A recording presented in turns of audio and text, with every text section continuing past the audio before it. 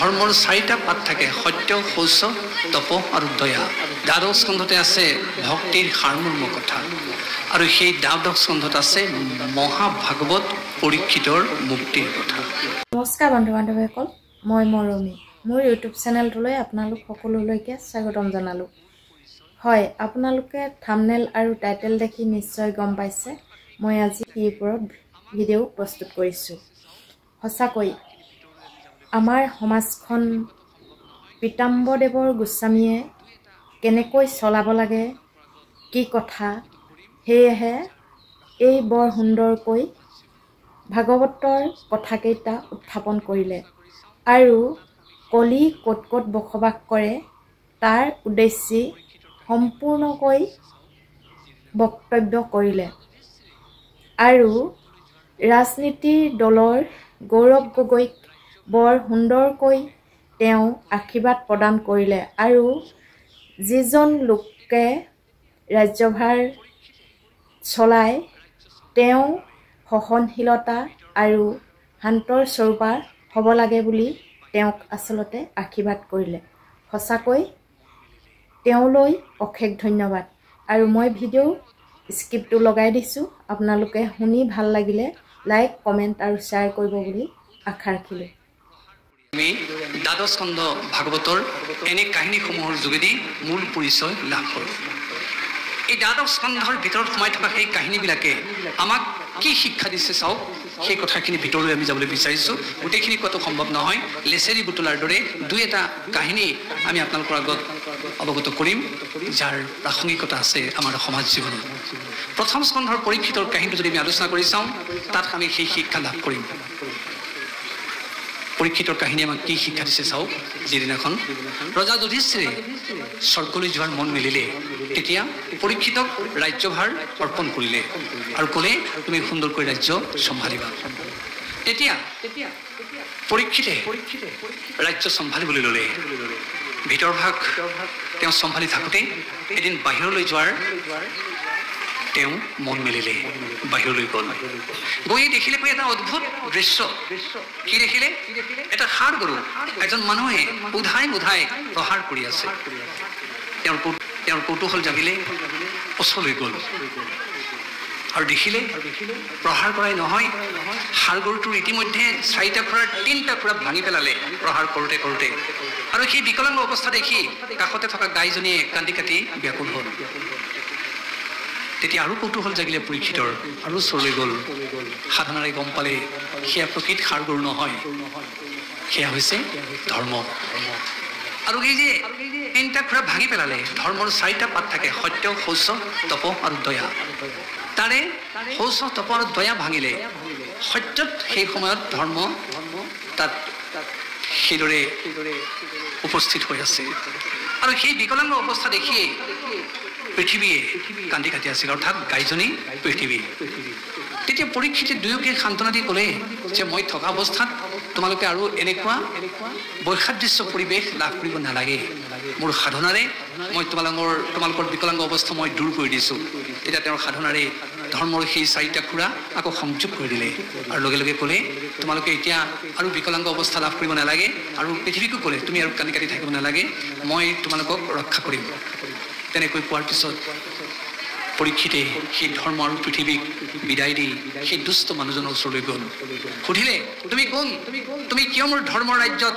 অধৰ্মৰ পতাকা উৰাই আহিছা তেতিয়া মানুহজনে লাহেকৈ উত্তৰ দিলে তেওঁ চিনি পাইছে শশাগৰা ধৰা অধিপতি পৰীক্ষিত তেওঁ ভীতিগ্ৰস্ত হৈ ক'লে মহাৰাজ মই কলি তেতিয়া পৰীক্ষিতে ক'লে সঁচাকৈ তুমি যদি কলি তোমাক মই এধান মানি সময়ো মোৰ ৰাজ্যত থাকিবলৈ নিদিওঁ মই তোমাক প্ৰাণে মাৰিম সেই বুলি কৈ তেওঁ কঁকালৰ পৰা তৰবাৰী উলিয়াই কলিক বধ কৰিবলৈ উদ্যত হ'ল তেতিয়া কলিয়ে অনুনয় বিনয় কৰি ক'লে মহাৰাজ আপুনি শৰণাগত পালক আপোনাৰ ওচৰত যি শৰণ লয় আশ্ৰয় লয় আপুনি তেওঁক ৰক্ষা কৰে মই এতিয়া আপোনাৰ আশ্ৰয় প্ৰাৰ্থী আপুনি মোক প্ৰাণে নামাৰিব যদি মোক প্ৰাণে মাৰে আপোনাৰ এই শৰণাগত পালক খ্যাতিটো নোহোৱা হৈ যাব তেতিয়া অকণমান সময় ভাবি পৰীক্ষিতে তৰোৱালখন কঁকালত সোমাই থ'লে লগে লগে ক'লে বেছ কলি তোমাৰ কথাতে বাৰু মই আশ্বস্ত হ'লোঁ মই তোমাক প্ৰাণে নামাৰোঁ তেতিয়া কিন্তু পৰীক্ষিতৰ আৰু এটা কথা মনলৈ আহিলে যে কলি যুগত মানুহে ভাল কাম কৰিব নোৱাৰিব পাৰে যদি ভাল কাম কৰিম বুলিও কোনোবাই প্ৰতিশ্ৰুতিবদ্ধ হয় সংকল্পবদ্ধ হয় সেইজনে বোলে মুক্তি লাভ কৰিব পাৰে তেতিয়া পৰীক্ষিতে ভাবিলে মই যদি কলিক বশ কৰোঁ কলি যুগৰ মানুহৰ এইকোনো উপায়ো নোহোৱা হ'ব সেইকাৰণে কলি যুগৰ মানুহৰ প্ৰতি দয়া পৰৱশ হৈ পৰীক্ষিতে কলিক বশ কৰাৰ পৰা নিৰস্ত হ'ল ক্ষান্ত হ'ল তেতিয়া পৰীক্ষিতে কলিক ক'লে কলি তোমাক বাৰু মই প্ৰাণে নামাৰোঁ তুমি কিন্তু মোৰ ৰাজ্যৰ পৰা এতিয়াই ওলাই যোৱা তেতিয়া কলিয়ে মাত লগালে মহাৰাজ আপুনি সখা গৰা ধৰা অধিপতি আপুনি মোক খেদি দিছে সঁচা মই কলৈ যাম আপুনি মোক ক'ৰবাত অকণমান স্থান দিয়ক তেতিয়া পৰীক্ষিতে ভাবিলে মই যদি ইয়াক স্থান দিওঁ ই মোৰ গোটেই ৰাজ্যখন অন্যায় অত্যাচাৰেৰে প্লাবিত কৰি পেলাব ইয়াক আশ্ৰয় দিয়াটো উচিত নহয় কিন্তু কলিয়ে বাৰে বাৰে খাটনি ধৰিলে মহাৰাজ আপুনি মোক অকণমান ঠাই দিয়ক এই অনুনয় বিনয় শুনি তেতিয়া পৰীক্ষিতে ক'লে বেছ কলি তুমি মোক ইমান অনুনয় বিনয় কৰিছা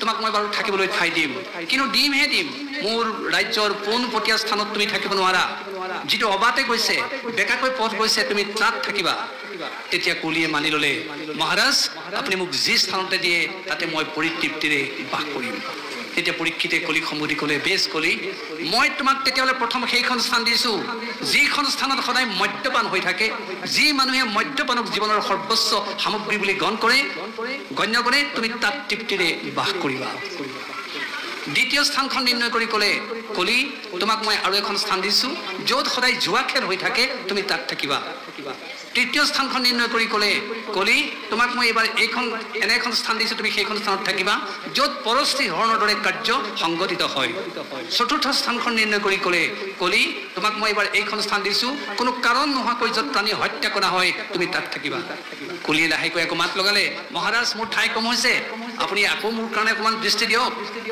তেতিয়া পৰীক্ষিতে এইবাৰ ক'লে বেছ কলি মই তোমাক এইবাৰ এখন বহল ক্ষেত্ৰ উলিয়াই দিছোঁ য'ত প্ৰচুৰ সোণ থাকে সোণৰ মাজত থাকিবা আকৌ কলিয়ে ক'লে তথাপি মোৰ ঠাই কম হৈছে মহাৰাজ তেতিয়া পৰীক্ষিতে ক'লে বেছ কলি তোমাক মই এইবাৰ এখন সংকীৰ্ণ ঠাই উলিয়াই দিছোঁ তুমি সেইখনত তৃপ্তিৰে বাস কৰিবা দুঘৰৰ মাটিৰ সীমাৰ মাজত থাকিবা আকৌ মাত লগালে কলিয়ে মহাৰাজ আৰু মই আপোনাক আমনি নকৰোঁ আপুনি মোক আৰু অকণমান ঠাই দিয়ক মই নিজ স্থানলৈ গতি কৰিম এইবাৰ পৰীক্ষিতে ক'লে বেছ কলি মই তোমাক এইবাৰ বহল ঠাই উলিয়াই দিছোঁ গৃহস্থৰ ঘৰৰ পঞ্চখোনা পাতক থকা স্থানত থাকিবা এইদৰে কলিক নিৰ্দেশ দিয়াৰ লগে লগে কলি সেই স্থানলৈ গতি কৰিবলৈ উদ্যত হ'ল আৰু লগে লগে আমাক ভাগৱতে সাৱধান কৰি দিছে যে কলি থকা স্থানত যদি কোনোবাই প্ৰশ্ৰয় দিয়ে তেওঁৰ ধ্বংস অনিবাৰ্য তেওঁৰ অকাল মৃত্যু অনিবাৰ্য তেওঁৰ হাহাকাৰ অনিবাৰ্য তাৰ উদাহৰণ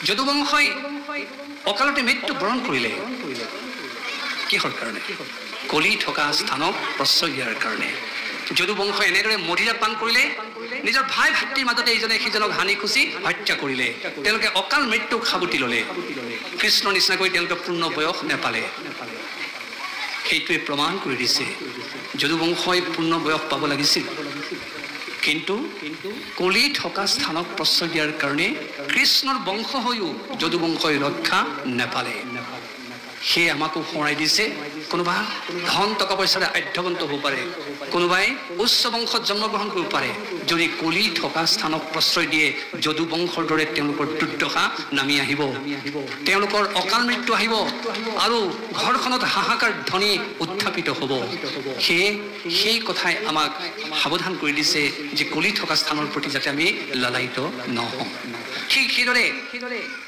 জুৱা খেলত কলি থাকে তাৰ পৰিণতিটো ধ্বংস তাৰ উদাহৰণ কুৰুবংশ কুৰুকুল অকালতে নিৰ্মূল হ'ল কিহৰ কাৰণে জুৱা খেল খেলাৰ কাৰণে তেওঁলোকে যি পাণ্ডৱৰ সৈতে পাশা খেল খেলিছিল তাত পণ ৰাখি খেল খেলাৰ কাৰণে কুৰুকুল অকালতে নিৰ্মূল হ'ল আৰু কেৱল নিৰ্মূল হোৱাই নহয় এই জুৱা খেলত যি মগ্ন হয় তাৰ হিতাহিত জ্ঞান নোহোৱা হয় তাৰ উদাহৰণ দ্ৰৌপদী বস্ত্ৰহৰণ দুঃশাসন দুৰ্যোধন সকলো মিলি যেতিয়া দ্ৰৌপদীক টানি আনিছে একবস্ত্ৰা ৰজস্বৰা এগৰাকী নাৰীক গুৰু সমন্বিতে বহি থকা সমাজখনত তালৈ আনিব লাগে নে নালাগে তেওঁলোকৰ সেইখন বিচাৰো নোহোৱা হ'ল কিহৰ কাৰণে এই কলি থকা স্থানক প্ৰশ্ৰয় দিয়াৰ কাৰণে পাশা খেলত পণ ৰাখি খেল খেলাৰ কাৰণে সেই কথা আমাক মনত পেলাই দিছে জুৱাৰীয়ে যেতিয়া খেল খেলে নিজৰ ধৰ্মপত্নীৰ কাণৰ সোণকণো টানি আনিবলৈ কুণ্ঠাবোধ নকৰে যাৰ পৰিণতিত ঘৰখনলৈ হাহাকাৰ ধ্বনি উত্থাপিত হয়, হাহাকাৰ নামি আহে। গতিকে আমাক সেই কথাই সাৱধান কৰিছে যে আমি কলি থকা স্থানৰ প্ৰতি সতৰ্ক হ'ব লাগিব। ঠিক সেইদৰে পৰশ্ৰী হৰণৰ কাৰ্যত কলি থাকে, তাৰো পৰিণতি ধ্বংস। তাৰ উদাহৰণ ৰজা ৰাৱণ।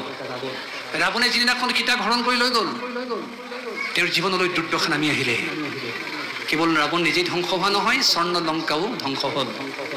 সেয়ে ৰামে যেতিয়া ৰাৱণক বধ কৰিছে, তেতিয়া তেওঁৰ ধৰ্মপত্নী মণ্ডোদৰীয়ে খেদ প্ৰকাশ কৰি, দুখ প্ৰকাশ কৰি কৈছে, পুৰা ইন্দ্ৰিয়ং জিত্তা জিত্তা ত্ৰিভুৱনং তয়া। তুমি পুৰণি কালত ইন্দ্ৰিয়বিলাকক নিয়ন্ত্ৰণ কৰাৰ কাৰণে তুমি ত্ৰিভুৱন জয় কৰিব পাৰিছিলা, কিন্তু আজি তুমি ইন্দ্ৰিয়বিলাকৰ হাতত তোমাৰ দেহ প্ৰাণ মন এৰি দিয়াৰ কাৰণে সেই ইন্দ্ৰিয়বিলাকে উল্টাই তোমাক বধ কৰিলে, ৰামৰ খৰ নিমিত্ত মাত্ৰ। সেই কথাই প্ৰমাণ কৰি দিছে পৰশ্ৰী ধৰণৰ কাৰ্যত কেনেধৰণৰ দুৰ্দশা নামি আহিব পাৰে। অৰ্থাৎ মানুহজনৰতো অন্যায় হ'বই, ঘৰখনৰ পৰিয়ালটোৰো অন্যায় হ'ব। কোনো কাৰণ নোহোৱাকৈ যেতিয়া প্ৰাণীক হত্যা কৰা হয়, তাত কলি থাকে, তাৰ প্ৰতিও আমাক সাৱধান হ'বলৈ কৈছে। তাৰ উদাহৰণ ৰজা দশৰথ। যিদিনাখন দশৰথে কোনো কাৰণ নোহোৱাকৈ শব্দভেদী বান মাৰি, অৰ্থাৎ আজি যিটো মিছাইল ক্ষেপণাস্ত্ৰ বুলি কয়, সিন্ধুক বধ কৰিলে, তেওঁৰ জীৱনলৈ অমানিকা নামি আহিলে। তেওঁ কান্দি কান্দি কান্দি অকাল মৃত্যুক সাৱটি ল'লে। আৰু আপোনালোকে সকলোৱে জানে ৰামায়ণৰ কাহিনী। সেয়ে আমাক এই স্থানৰ প্ৰতি সতৰ্ক হ'বলৈ কৈছে। তাৰ লগে লগে কোৱা হৈছে প্ৰচুৰ সোণৰ মাজত কলি থাকে। সোণ মানে বেয়া হ'ব নোৱাৰে। মানুহে আঙুঠি পিন্ধিব, সোণৰ অলংকাৰ পিন্ধিব, সেইটো দোষ নহয়। প্ৰচুৰ সোণ সংগ্ৰহ কৰাটো দোষ নহয়। দোষ হ'ব তেতিয়া যেতিয়া প্ৰচুৰ সোণ সংগ্ৰহ কৰাৰ পিছতো সেই সোণ মানুহজনে এধান মানিও ভগৱন্তৰ চৰণত অৰ্পণ নকৰে, সেই সোণৰ মাজত কলি থাকিব বুলি কৈছে। সোণ জুইত পুৰিলেই শোধিত নহয়, ভগৱন্তৰ চৰণত অৰ্পণ কৰিলেহে সোণ শোধিত হ'ব পাৰে। আৰু সেই সোণ যদি ঘৰত কোনোবাই ব্যৱহাৰ কৰে, কেতিয়াও কলিয়ে তেওঁক স্পৰ্শ কৰিব নোৱাৰে। আনহাতে অকল নিজৰ মৈমত্ত ভাৱেৰে ভগৱন্তক পিঠি দি কেৱল সোণ তেওঁ প্ৰচুৰভাৱে সংগ্ৰহ কৰিব, তাতে তেওঁ মত্ত হৈ থাকিব, তাত কলিয়ে বৰ পীড়া পাৰি বহিব, আৰু সেই কলিয়ে সেই ঘৰত স্পৰ্শ কৰিবই। সেইকাৰণে আমাক তাৰ প্ৰতি সতৰ্ক হ'বলৈ কৈছে। আমি যি সোণ সংগ্ৰহ কৰিম, যি সোণ ব্যৱহাৰ কৰিম, প্ৰথমতে ভগৱন্তৰ চৰণত অৰ্পণ কৰি ল'ম, তেতিয়া সোণ শোধিত হ'ব, আৰু সেই সোণে আমাক অপকাৰ কৰিব নোৱাৰে, কলি তাত বাস কৰিব নোৱাৰে। তাৰপিছত কোৱা হৈছে দুঘৰৰ মাটিৰ সীমাৰ মাজত কলি থাকে। এইটো কথা আপোনালোকৰ নতুনকৈ কোৱাৰ প্ৰয়োজন নাই। সামান্য অকণমান মাটিৰ সীমা, তাকে লৈ তুমুল কাজিয়া লাগে দুঘৰৰ। কোঠাৰখন আনিবলৈ কুণ্ঠাবোধ নকৰে। চাবলৈ গ'লে নিশকতীয়া এডাল সীমা, কিন্তু সিয়ে এটা ভয়াৱহ কাৰ্যৰ সি সম্ভৱ কৰি তোলে। গতিকে আমাক সেইকাৰণে সেই সীমাটোৰ প্ৰতি সতৰ্ক হ'বলৈ কৈছে। যিহেতু নিশকতীয়া হ'লেও সেই দুঘৰৰ মাটিৰ সীমাৰ মাজত কলি থাকে। ঠিক সেইদৰে পঞ্চকোণা পাতকত কলি থাকে বুলি কৈছে, আমাক তাৰ প্ৰতিও সতৰ্ক হ'বলৈ কৈছে। এই পঞ্চকোণা পাতক কি? চুল্লি, কুন্দনী, পেখনি, মাৰ্জনী, উদক কুম্ভ। ঘৰত জ্বলি উঠা যিটো চৌকা, তাক চুল্লি বুলি কোৱা হৈছে। যিটো খুন্দোৱা কাৰ্য, আগৰ ঢেঁকীশাল, আজিকালি তাৰ ঠাইত গ্ৰাইণ্ডাৰ মেচিন আহিছে, সেইটো কুন্দনী বুলি কোৱা হৈছে। তাৰপিছত পেখনি, আগৰ মা ডালা জাতখন, তাৰ ঠাইত এতিয়া গ্ৰাইণ্ডাৰ মেচিনে সেই ঠাই দখল কৰিছে। তাৰপিছত মাৰ্জনী, বাহনী সূতা ঝাৰুৰে যেতিয়া ঠাই সাৰিব, পৰিষ্কাৰ কৰিব, তাক মাৰ্জনী বুলি কোৱা হৈছে। আৰু উদক কুম্ভ, যিটো পানী উতলি থকা পাত্ৰ। এই পাঁচটা স্থান গৃহী লোকে কেতিয়াও ত্যাগ কৰিব নোৱাৰে। অথচ তাক ব্যৱহাৰ কৰোঁতে তেওঁলোকৰ জ্ঞাতে অজ্ঞাতে বিভিন্ন কীট পতংগ সেই স্থানত যাহ যায়, আৰু যাহ যোৱাৰ কাৰণে তাৰ পাতক গৃহীৰ ঘৰলৈ সোমাই আহে। সেইকাৰণে ইয়াক কোৱা হৈছে পঞ্চকোণা পাতক। অৰ্থাৎ চৌকাত কীট পতংগ যাহ যাব পাৰে, পানী উতলি থকা পাত্ৰটোত কীট পতংগ যাহ যাব পাৰে, পেখনিত পেচা কাৰ্যত যাহ যাব পাৰে, কুন্দনী খুন্দোৱা কাৰ্যত যাহ যাব পাৰে, মাৰ্জনী ঠাই সৰা কাৰ্যতো যাহ যাব পাৰে। সেই পাপ আকৌ কোৱা হৈছে গৃহীৰ ঘৰলৈ সোমাই আহে। কিন্তু তাৰ পৰা নিবৃত্তি পাবৰ কাৰণে উপায় দিয়া হৈছে। কি উপায়? পঞ্চযজ্ঞত যেতিয়া গৃহী লোক তাত নিবিষ্ট হৈ পৰিব, নিশ্চিতভাৱে সেই মহাপাতকৰ পৰা, অৰ্থাৎ পঞ্চকোণা পাতকৰ পৰা গৃহী লোকসকল ৰক্ষা পাব। এই পঞ্চযজ্ঞ কি? ব্ৰহ্মযজ্ঞ, পিতৃযজ্ঞ, দেৱযজ্ঞ, ভূতযজ্ঞ, মনুষ্যযজ্ঞ। এই যে আজি ভাগৱত শ্ৰৱণ কীৰ্তন হ'ব, এয়া ব্ৰহ্মযজ্ঞ। অধ্যয়ন অধ্যাপন কৰা কাৰ্যক ব্ৰহ্মযজ্ঞ বুলি কোৱা হৈছিল। পিতৃৰ উদ্দেশ্যে যে তৰ্পণ কৰিব, শ্ৰদ্ধাদি কৰিব, সেয়া পিতৃযজ্ঞ। দেৱতাৰ কাৰণে যে হোম কৰিব, সেয়া দেৱযজ্ঞ। ভূত মানে প্ৰাণী, বিভিন্ন ঘৰচীয়া প্ৰাণীক যেতিয়া আহাৰ যোগান ধৰিব, সেয়া ভূতযজ্ঞ। আৰু সাক্ষাৎ দামোদৰ বুলি ভাবি সমস্ত অতিথি গৃহলৈ অহাৰ লগে লগে যেতিয়া শুশ্ৰূষা কৰিব, এয়া হ'ব নৃযজ্ঞ, মনুষ্যযজ্ঞ। যি গৃহী লোকে এই পঞ্চযজ্ঞত ব্ৰতী হ'ব, পঞ্চসোণা পাতকৰ পৰা পৰিত্ৰাণ পাব। কিন্তু যিসকলে এই পঞ্চযজ্ঞৰ এধান মানে কৰ্মটো নিজকে জড়িত নকৰে, পঞ্চসোণা পাতকৰ পৰাটো হাত নাসাৰেই, আৰু তাত কুলিয়ে স্থান লৈ ভালকে বহিব, আৰু কুলিয়ে তেতিয়া পৰিয়ালটোত দংশন আৰম্ভ কৰিব। গতিকে ইয়াৰ পৰা আমাক এই শিক্ষা দিয়া হৈছে পৰীক্ষিতৰ কাহিনীটোৰ যোগেদি, যে আমি কলি থকা স্থানখিনিৰ প্ৰতি সাৱধান হ'ব লাগিব। কলিয়ে যেতিয়া সোণত থিতাপি লৈছিল, অৰ্থাৎ পৰীক্ষিতে তেওঁক স্থান দিছিল, সেই তেনে এটা ভুল পৰীক্ষিতে কৰি পেলোৱাৰ কাৰণে তেওঁৰো তেনেকুৱা এটা অৱস্থাৰ সৃষ্টি হ'ল। এই কথাটো চাওক কেনেকৈ হ'ল। যিদিনাখন পৰীক্ষিতে নিজৰ ৰাজধানীৰ ভিতৰত থকা, মূল চৌহদৰ ভিতৰত থকা এটা বৰপেৰা খুলি চাবলৈ মন গ'ল, তেতিয়াই তেওঁৰ দুৰ্দশা আৰম্ভ হ'ল। তেওঁ দেখিলে বহুদিন অলাগতিয়াল হৈ বৰপেৰাটো পৰি আছে, তাতনো কি আছে মই খুলি চাওঁ। খুলিলে, দেখিলে তাত এটা তীৰ বিৰাই থকা সোণৰ মুকুট আছে। লগে লগে তেওঁক পিন্ধিবলৈ মন গ'ল পৰীক্ষিতৰ। পিন্ধাৰ লগে লগে কলিয়ে তেওঁক দংশন কৰিলে, কাৰণ কলিক থাকিবলৈ সোণত স্থান পৰীক্ষিতেই দিছিল। তেতিয়া কলিয়ে স্পৰ্শ কৰাৰ লগে লগে পৰীক্ষিতৰ মৃগয়া কৰিবলৈ মন গ'ল, মৃগয়ালৈ গ'ল। কৃষ্ণাই এনেদৰে লগ ল'লে, পানী বিচাৰি হাবাথুৰি খালে। শেষত উপায় নাপাই ধ্যানস্থ হৈ থকা মুনিক প্ৰকৰ্থনা কৰি যেতিয়া পানী নাপালে, তেতিয়া সেই মুনিৰ ডিঙিত মৃত সাপ আঁৰি দিলে। লগে লগে সেই ধ্যানস্থ হৈ থকা সমীক মুনিৰ পুত্ৰ শৃংগীয়ে শুনাৰ লগে লগে পিতৃক এনে নগুণাগতি কৰাৰ কাৰণে পৰীক্ষিতক অভিশাপ দিলে যে 7 দিনৰ ভিতৰত তক্ষকে তেওঁক দংশন কৰক। সেই অভিশাপবোৰত লৈ পৰীক্ষিত ৰাজ্যলৈ ঘূৰি আহিল। আহি লাহেকৈ মুকুটটো খুলি থোৱাৰ লগে লগে তেওঁৰ হিতাহিত জ্ঞান আৰম্ভ হ'ল, বিচাৰ আৰম্ভ হ'ল।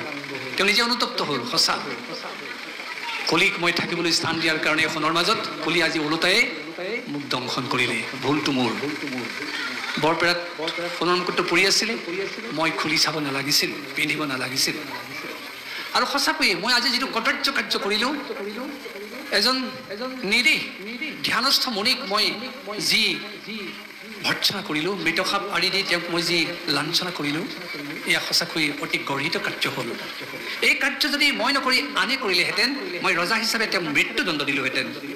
কিন্তু মই নিজেই ৰজা, মই নিজেই এই কাৰ্য কৰিলোঁ, কোনে মোক দণ্ড দিব? তেতিয়া তেওঁৰ দণ্ড তেওঁ নিজে গ্ৰহণ কৰিলে। ৰাজ্যৰ মায়া ত্যাগ কৰিলে, সংসাৰৰ মায়া ত্যাগ কৰিলে, সকলো মোহ ত্যাগ কৰি গংগাৰ পাৰত 7 দিন উপবাসে থাকিলে, আৰু শুকদেৱক সন্মুখত লৈ ভাগৱত কথা শ্ৰৱণ কৰিলে। আৰু সঁচাকৈ 7 দিনৰ পিছত পৰীক্ষিতে মুক্তি লাভ কৰিলে। সেই ইয়াত কোৱা হৈছে, জ্ঞাতে অজ্ঞাতে যদি মানুহে ভুল কৰে, সেই ভুলৰ শুধৰণি ভাগৱত। তাৰ উদাহৰণ পৰীক্ষিতে অজানিতে এটা ভুল কৰাৰ কাৰণে ভাগৱতৰ যোগেদি আকৌ শুধৰণি হ'ল, তেওঁ মুক্তি লাভ কৰিলে। সেয়ে আমি কোনোবাই যদি আমাৰ মানুহে ভুল কৰে, তেতিয়াহ'লে ভাগৱতৰ যোগেদি তেওঁ শুদ্ধ হ'ব পাৰে। আৰু সেই মুকুটটোৰ ৰহস্য কথা জনাই থওঁ আপোনালোকক। এই যে বৰপেৰাত থকা মুকুটটো ক'ৰ মুকুট আছিলে? সেই মুকুটটো আছিল জৰাসন্ধৰ। যিদিনাখন ভীমে জৰাসন্ধক বধ কৰি মুকুটটো হস্তিনালৈ লৈ আহিছিল, তেতিয়া যুধিষ্ঠিৰে ক'লে যে ভাতৃষভ, এই মুকুটটোৰ প্ৰতি কোনো লালায়িত নহ'বা, কাৰণ ইয়াত সহস্ৰজনক হত্যা কৰা, সহস্ৰগৰাকী বনিতাক অপমান কৰাৰ ক্লেদ এই মুকুটটোত সোমাই আছে। গতিকে এই মুকুটটো পিন্ধিবলৈ কোনেও যত্ন নকৰিবা। কিন্তু পৰীক্ষিতৰ এই কথাটো অজ্ঞাতে থাকিলে, সেইকাৰণে তেওঁ মুকুটটো পিন্ধাৰ কাৰণে সেই দুৰ্দশা হ'ল। গতিকে সেই কলি থকা মুকুটটো আছিল জৰাসন্ধৰ। এইদৰে আমাক পৰীক্ষিতৰ কাহিনীৰ যোগেদি আমাক এনে শিক্ষা দিয়া হৈছে, আমি যদি সেইবিলাক কথাত গুৰুত্ব দিওঁ, তেতিয়াহ'লে আমাৰ ঘৰখনত থকা অশান্তি আমি নাইকিয়া কৰিব পাৰিম, আৰু জীৱনটো এটা শান্তিপূৰ্ণ অৱস্থাৰে আমি কটাব পাৰিম।